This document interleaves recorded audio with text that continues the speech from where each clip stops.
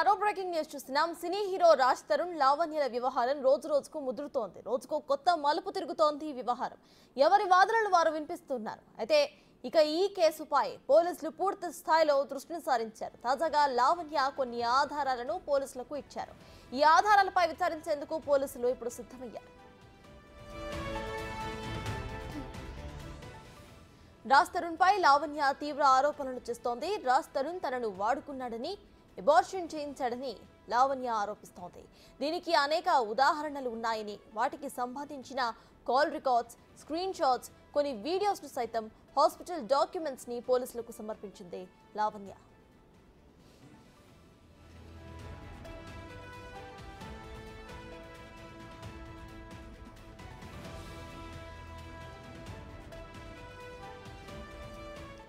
లావణ్య ఇచ్చిన ఆధారాలతో నార్సింగి పోలీసులు దర్యాప్తు చేస్తున్నారు. రాజ్ తరుణ్ ను విచారణకు పిలిచేందుకు నార్సింగ్ పోలీసులు సిద్ధమయ్యారని తెలుస్తోంది. ఇక మరోవైపు లావణ్యపై మాల్వి మల్హోత్రా కేసు నమోదు చేసింది.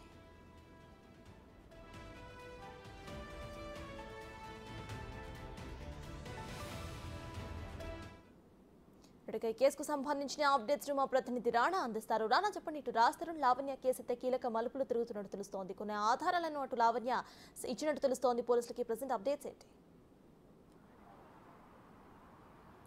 రాజ్ తరుణ్ లావణ్యని ఎప్పుడు కలిశారు, వాళ్ళిద్దరికి పరిచయం ఎలా అయింది, దాంతోపాటు 2010లో రాజ్ తరుణ్ లావణ్యకి ప్రపోజ్ చేశాడని కూడా లావణ్య చెప్తుంది. అయితే నిన్న ఇచ్చినటువంటి కంప్లైంట్లో కొన్ని అంశాలను కూడా ఆమె తెరపైకి తీసుకొచ్చినటువంటి నేపథ్యం ఏర్పడుతుంది. ఎందుకంటే పలుమార్లు నన్ను శారీరకంగా కూడా వాడుకొని అబార్షన్ చేయించాడు. అబార్షన్ చేయించినప్పుడు ఆ హాస్పిటల్కి సంబంధించిన బిల్స్ కూడా రాజ్ తరుణే చెల్లించాడంటూ కూడా ఆమె కంప్లైంట్ ఇచ్చింది. ఇదే అంశాన్ని కూడా ఎఫ్ఐఆర్ కాపీలో ఇప్పుడు పోలీసులు పొందుపరిచినటువంటి నేపథ్యం ఏర్పడుతుంది. ఇప్పటికే రాజ్ తరుణ్ పైన, అలాగే మాల్వి మల్హోత్రా పైన, అలాగే మయాంక మల్హోత్రా, ఎవరైతే రాజ్ తరుణ్ ఎవరైతే మాల్వి మల్హోత్రా సంబంధించిన బ్రదర్ ఉన్నారో వారిపైన కూడా 3 సెక్షన్స్ కింద నార్సింగ్ పోలీసులు కేసు నమోదు చేసినటువంటి పరిస్థితి కనపడుతుంది. A1గా రాజ్ తరుణ్ ఉన్నాడు, A2గా మాల్వి మల్హోత్రా, A3గా మయాంక్ మల్హోత్రా ఉన్నట్టుగా పోలీసులు నిర్ధారించినటువంటి పరిస్థితి కనపడుతుంది. ఎఫ్ఐఆర్ కాపీలో కొన్ని అంశాలు కూడా పరిచారు. 2010లో రాజ్ తరుణ్ ప్రపోజ్ చేసిన తర్వాత ఇద్దరము అవకాశాల కోసం మేము ప్రయత్నాలు చేస్తున్నప్పుడు నాకు యూట్యూబ్లో కానీ అలాగే ఇతర వెబ్ సిరీస్లో అవకాశం వచ్చింది. రాజ్ తరుణ్ కూడా వెబ్ అవకాశాలు వచ్చినాయి. తర్వాత మేమిద్దరం ఒకరు ఇష్టపడ్డాం, తర్వాత లవ్లో పడ్డాం. అప్పటి నుంచి కూడా మేము కలిసి ఉన్నాము.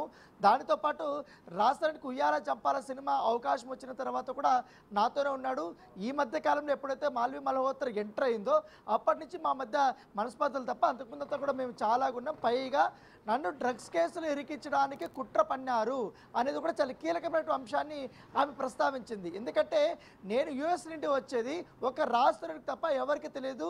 నేను ముంబైలో దిగిన తర్వాత డైరెక్ట్గా హైదరాబాద్ ఎయిర్పోర్ట్కి వచ్చాను. అక్కడి నుంచి డైరెక్ట్గా నేను ఇంటికి వెళ్తున్న సమయంలో పోలీసులకి ఇన్ఫర్మేషన్ ఇచ్చి అక్కడ నానా హంగామా చేసి నేను డ్రగ్స్ నా దగ్గర లేకపోయినా కూడా ఉన్నట్టు క్రియేట్ చేసి నన్ను అరెస్ట్ చేయించారంటూ కూడా ఆమె కొన్ని అంశాలు కూడా చేశారు. దీని వెనకాల మాల్వి మల్హోత్రా అలాగే రాజ్ తరుణ్ ఉన్నారు. వాళ్ళ వేధింపులే నేను తట్టుకోలేకపోయాను, అందుకే నేను ఇంతగానం నేను ఫైట్ చేస్తున్నాను కూడా చెప్తున్నారు. ఎందుకంటే రాజ్ తరుణ్ తనను పెళ్లి చేసుకుని ఇద్దరం ఒకటే ఇంట్లో ఉన్నప్పటికీ కానీ ఇదే విషయం వాళ్ళ పేరెంట్స్కి మా పేరెంట్స్కి తెలిసినప్పటికీ అనేక టూర్లు కూడా నన్ను తీసుకెళ్ళాడు. నా మెడలో కూడా నల్లపూసల దండ కూడా ఉన్నింది, కావాలంటే మీరు చూసుకోండి అప్పట్లో అంటూ కూడా కొన్ని ఫోటోగ్రాఫ్స్ని లాయర్ సమక్షంలో ఆమె చూపించినటువంటి పరిస్థితి ఏర్పడుతుంది. అయితే ఇట 2 రోజులకు ముందు రిలీజ్ అయినటువంటి ఒక ఆడియో గురించి ఆమె స్పందించింది.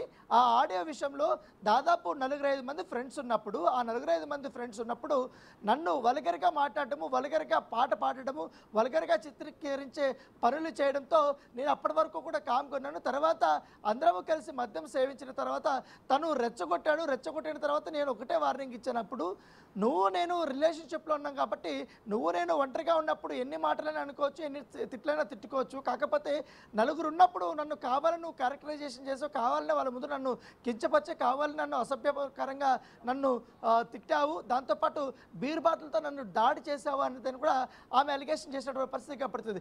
అప్పుడు ఆ కోపంలో నేను తిట్టినప్పుడు నువ్వు కూడా చాలా తెలివిగా దాన్ని రికార్డ్ చేసి కొన్ని ఎడిట్ చేసి నీ వర్షన్ మాత్రమే ఎడిట్ చేసి ఒక యూట్యూబ్ ఛానల్కి అందించడం పట్ల ఆమె ఆగ్రహం వ్యక్తం చేసింది. దానిపైన కూడా ఇప్పుడు డిఫమేషన్ కేసు వేయడానికి సిద్ధమైనట్టుగా మనకు సమాచారం అందుతుంది. సో ఏదేమనకని అనేక కీలకమైనటువంటి మలుపులు తిరుగుతుంది. ఇప్పటికే రాజధాని పైన 3 సెక్షన్స్ కింద నమోదైంది కాబట్టి అతన్ని ఇవాళ కానీ రేపు కానీ నాసిక్ పోలీసులు విచారణకు పిలిపించే అవకాశం ఉంది. మరోవైపు రాజధాని మాత్రం గత 3 రోజుల నుంచి కూడా ఎవరితోనూ టచ్లో లేడు. అతను లీగల్ టీంతో కూడా మాట్లాడుతున్నట్టుగా మనకు సమాచారం ఉంది.